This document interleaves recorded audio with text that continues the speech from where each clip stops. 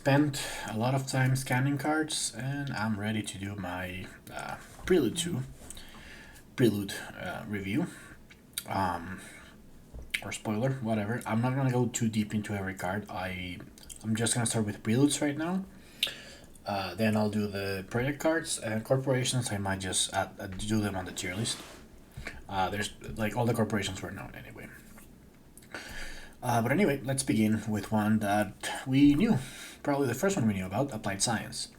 So this one starts with 6 science resources, and you can move that science resource to any card with a resource or gain one standard resource. Of course, the thing that comes into mind here is physics complex. This is 12 points if you do that, and a wild tag, right?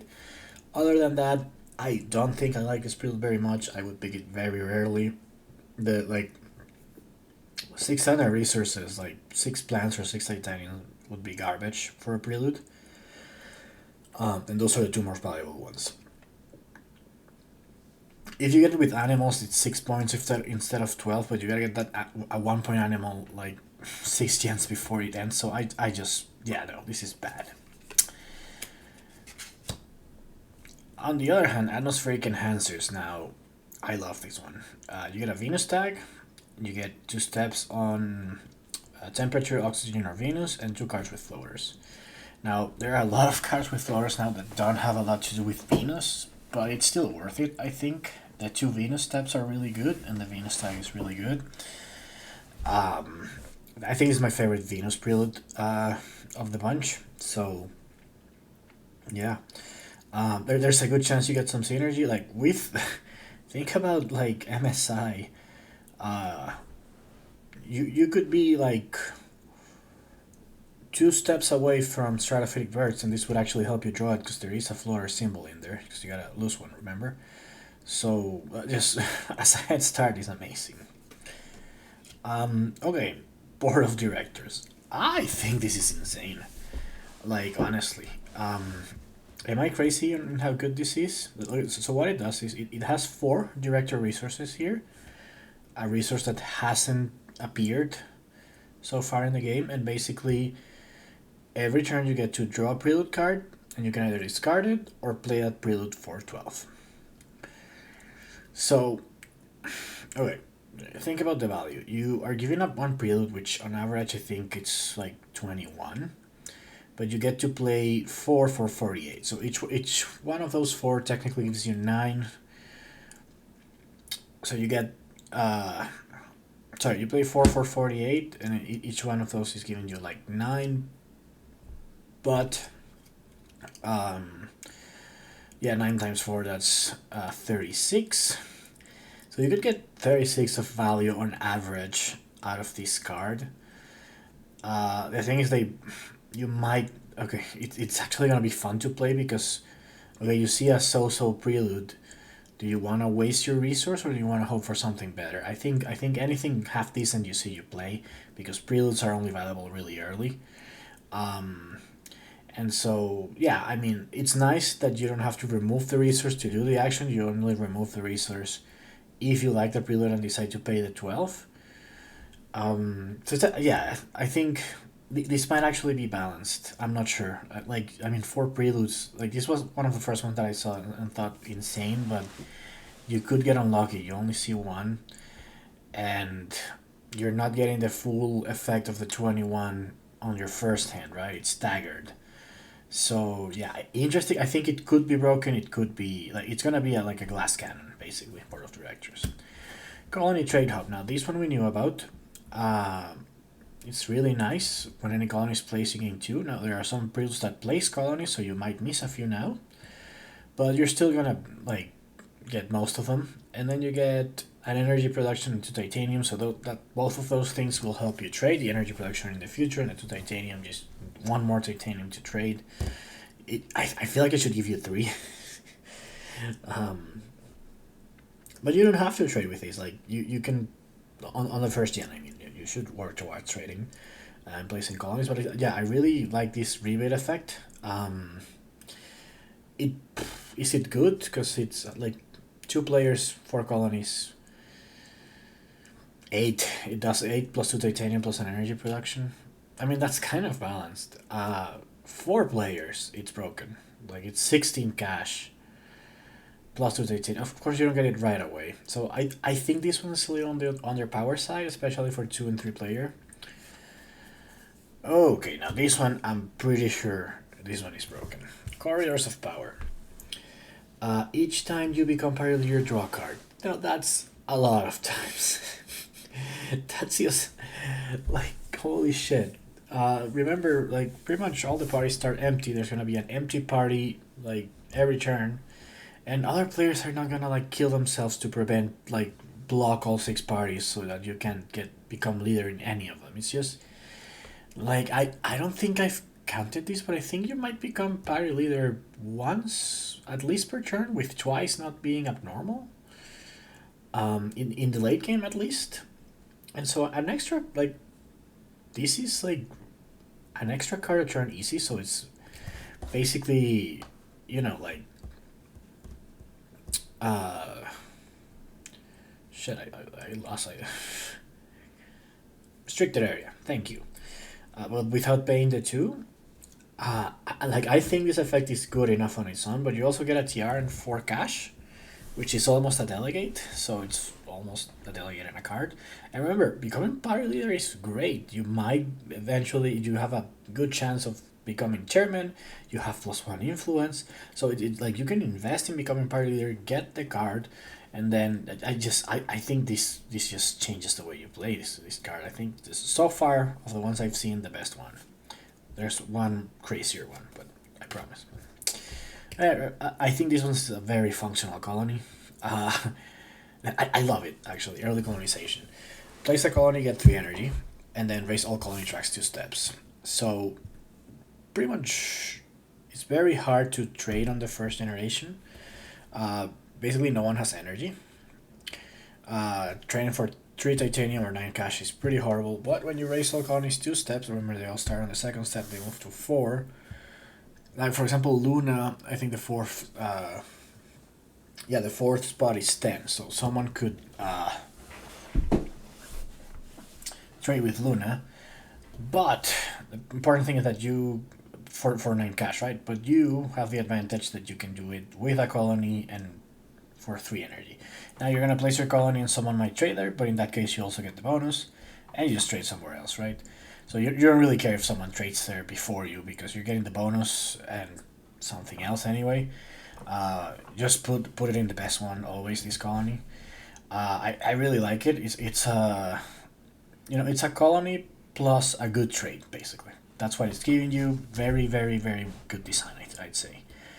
On power level, I think above average is more than 21, because the colony is 17, and you're probably gonna get more than 4 cash out of that trade, but it's not overpowered. Floating trade hub, very interesting one. So you can play 2 floaters on any card late in the game. That's gonna be a point probably, but you can remove any number of floaters to get that much standard resource here. So 2 plant production, essentially, that is protected until you get to 8 and decide to use it, or you can just wait until oxygen is maxed out, almost before it maxes out. Retrieve all your 16 plants, place 2 greeneries, and that's it, right? So I mean, you want to remove as little as possible, because every time you remove, you miss the 2 production, so it's almost 2 plant production, but not really. But yeah, I think with plants, this one's insane. Like, it's a space one, and it's a floater one, so I think most people would think titanium, but I just saw plants when I saw this. Because titanium, like, it's not great to hoard the money resources, because then you want to put your resources on the map on any economy game. So you don't want to like put 16 and then remove them all in the last generation, right? Like, but with plants, that's okay, because you only want to turn them into plants after you get to 8, and then you can trade with Titan for like turn Titan into a greenery machine. I just see this card and I see plants. It's obviously not bad with titanium, but I don't think, because then it's almost 2 titanium production, and that's just not that good. But 2 plant production protected, that's good. I think that's really good. So yeah, floating trade hub. Focused organization. Now this is another one of the ones that had been spoiled, and so basically you can discard a card in a standard resource to draw a card and gain one standard resource, and you also draw a card in a standard resource. And I just like this on an engine game. That standard resource for me 90% of the time is going to be titanium. Of course, you'll be discarding cash and then gaining titanium. So every turn, like it's basically 2 money production moving into a less flexible resource, which is pretty good. But if you have a card engine that's gonna draw and discard a lot of cards, then like it's also a draw card, right? Like every turn. And if not, you can just buy an extra card, discard it, and get the. So you're basically you it's like 3 to buy a card, but you're also getting 2 from the trade. So altogether, you could say this is like tap 1 and get a card. If you got my math there, which is really good. It's like a restricted area from the beginning. If you don't like the card, you can sell it, right? But then you're not actually doing anything. um, so yeah, focus organization. I think really good engine. Prelude, love it. I don't think it's weak at all. Okay, high circles. Well, first normal one. So you have one influence. One influence is really useful. I actually think that card called influence that gives you one influence is very underrated. Uh, this could mean lost. Like you have it throughout the game. It means lots of resources and lots of things. Like everything punishes you less and prices you more. Towards the end of the game, it's maybe a little less useful because a lot of the effects max out. But of course, a lot apply influence after the max, so that depends. But then you also get terraforming rating, a card with a party requirement, and then you place 2 delegates. And I assume you can look at your card before you place those delegates. And of course, when you place those delegates, you're gonna be able to play that card. So you're basically getting a tough card to play that you can play immediately because I mean the cards that have the delegate requirements, they tend to be really better than their price because of that requirement. And this is just letting you play it, right? So this is another like really focused one. You get a TR, one influence, and then a card that you can play. But then again, it might not be one that synergizes. This is why I don't like it. Like you've already picked your hand when you play this prelude, right? So sure, like you might get a Calvinist card and you could play 2 cards, two delegates on the Calvinist, take the party, play the card. But what if like your strategy has nothing to do with heat, or even if it does, it's a Calvinist. Like who cares? So yeah, it's I really like the +1 influence. The other thing, it's a bit of a gamble. One TR. It's hard for me to rate the value of this one. I don't think it's weak, but I think it's on the weaker side. Like it's still better than the weaker ones on Prelude 1, right? Okay, this is another complicated one. Industrial complex. So you lose 18, and you raise all your productions that are lower than 1 to 1, right? So you wanna play this with a card that has no production. So Credit Core, Director, Robinson, probably fun to do. Um, but the thing is, you're losing 18 cash, and that's so you also want a rich one. So again, Credit Core, Director, Priester, Lakefront. I think there's enough corporations that start with no production that this is probably gonna be playable more than half the time. But I still think the 18 penalty might be a bit too high. So if you think something like Metals Company, one of the best preludes, it's giving you the 3 that you want the most if you're going for an engine game. Yeah, there aren't many games where I want a production of everything, so you never get the full effect out of these. Now that might still be so. Like, say you're going for an engine game, you have Metals Company and this. Would you play 18 for 1 heat, 1 plant, and 1 energy? I mean, it's worth it. Like it value wise is good because 7 for the energy, 6 for the heat, and like 9 for the plant, which is more or less the values. Not probably 10 for the plant. That's like 23, so that's good. But like the thing is, you don't need all those things together probably.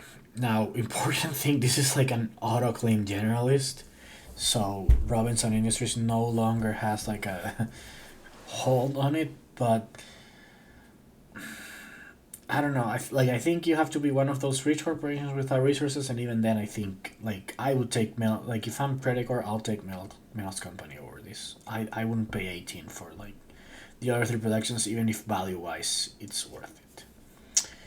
Okay, another complicated one. Main build asteroids. So you lose 5 cash, and then you can place asteroids anywhere. That's really good with like the asteroid cards, like especially the ocean one. But then also when you place asteroids here, you get titanium, and each one is half a point. So let's just analyze this in a vacuum with itself. 10 generations is 5 points, and you're getting 10 titanium, that's 30, minus 5, that's 25, and 5 points, that's obviously great value, but points aren't worth that much at the beginning of the game. And the titanium is coming like every generation. So you basically get a titanium production and then 5 points at the end. And then you get minus 5. I don't love this one. Now, obviously, with an asteroid card is good, and then eventually you can focus your asteroids here. Wish there was which Europa the colonies gave you asteroids or science resources at some point, but obviously, like you can't mine science resources, but so it doesn't make a lot of theme. But theme wise, it's not very. But yeah, I wish I want more colonies. I'm ready to give more money to Fryx games. Give me some colonies and some parties. But yeah, I don't know about this one. I think you need the asteroid card, and obviously with an asteroid card it would be great. But otherwise, I don't love it. Nobel Prize, another of the ones that was spoiled. So wild tag, 2 points, 2 cards with requirements, and 5 cash. I think this is so far my least favorite. Like the wild tag is great. That's it. Cards with requirements are not great because if you get 2 mean requirement cards, then you can't play them. And then so 5 cash and 2 points that you care about at the end of the game. So you could walk away with this prelude with like 5 cash and a wild tag, which is great, but it's just not enough. I don't see me picking these like anytime. The cards with resources are a gamble. Sorry, with requirements. I'd rather it be 2 random cards, honestly. Like I don't like cards with requirements at the beginning of the game. Most of the requirements are mean requirements or attack requirements, which you have a wild tag, that's nice, but yeah, there are very few max. I want cards that I can play immediately, and this is a card that gives you good things for the late game, but no, for Prelude, no. This is my least favorite so far. Old Mining Colony, also spoiled before. Colony, titanium production, and basically pay 3 because you're gonna keep an extra card. Yeah, I think this is the last colony prelude, and this is no. There's one more. Yeah, this is fine. Titanium in a colony is good for an engine game. Space tech not very useful on the table, but yeah, I like it. It's fine. It's pretty balanced. Titanium production is usually worth 10, and the colony 17. So 27 value minus 3, 24 value. So it's a bit more value, and it's flexible enough. Titanium again makes you lead more towards engine, but like one titanium production even if you're rushing, just don't do more titanium and you'll find enough asteroids to use it, right? So very flexible. I could slightly above average. I could see me keeping this a lot. Planetary Alliance. Love the 3 tags. I was hoping for a triple tag. It doesn't have a huge Venus focus, and I think we needed a few more Venus preludes. So far, we've seen atmospheric enhancers, and I think that's it. Yeah, because there's a floater one that it might go with Venus, so that's nice, the floater, but it's not one of the Venus ones. But this one is a Venus one. But all this does for Venus is it gives you a tag, it draws you one Venus card, and it gives you 2 TR. I wish, again, that was a Venus step, but then maybe it would be too similar. Now, is this good? 2 TR is obviously great. 3 good tags, well, 1 great tag, 1 very good tag, and 1 below average tag. And then you draw a Jovian and a Venus. It's a bit weak. Obviously, you only want this if you're going for Venus anyway. But yeah, I think it's not as strong as the other one, as any of the other two. So yeah, I think it's below average, but not terrible. Okay, so that's almost half of the new Preludes. I'm gonna leave it here for part 1, and yeah, part 2 should be coming up shortly, so see you next time.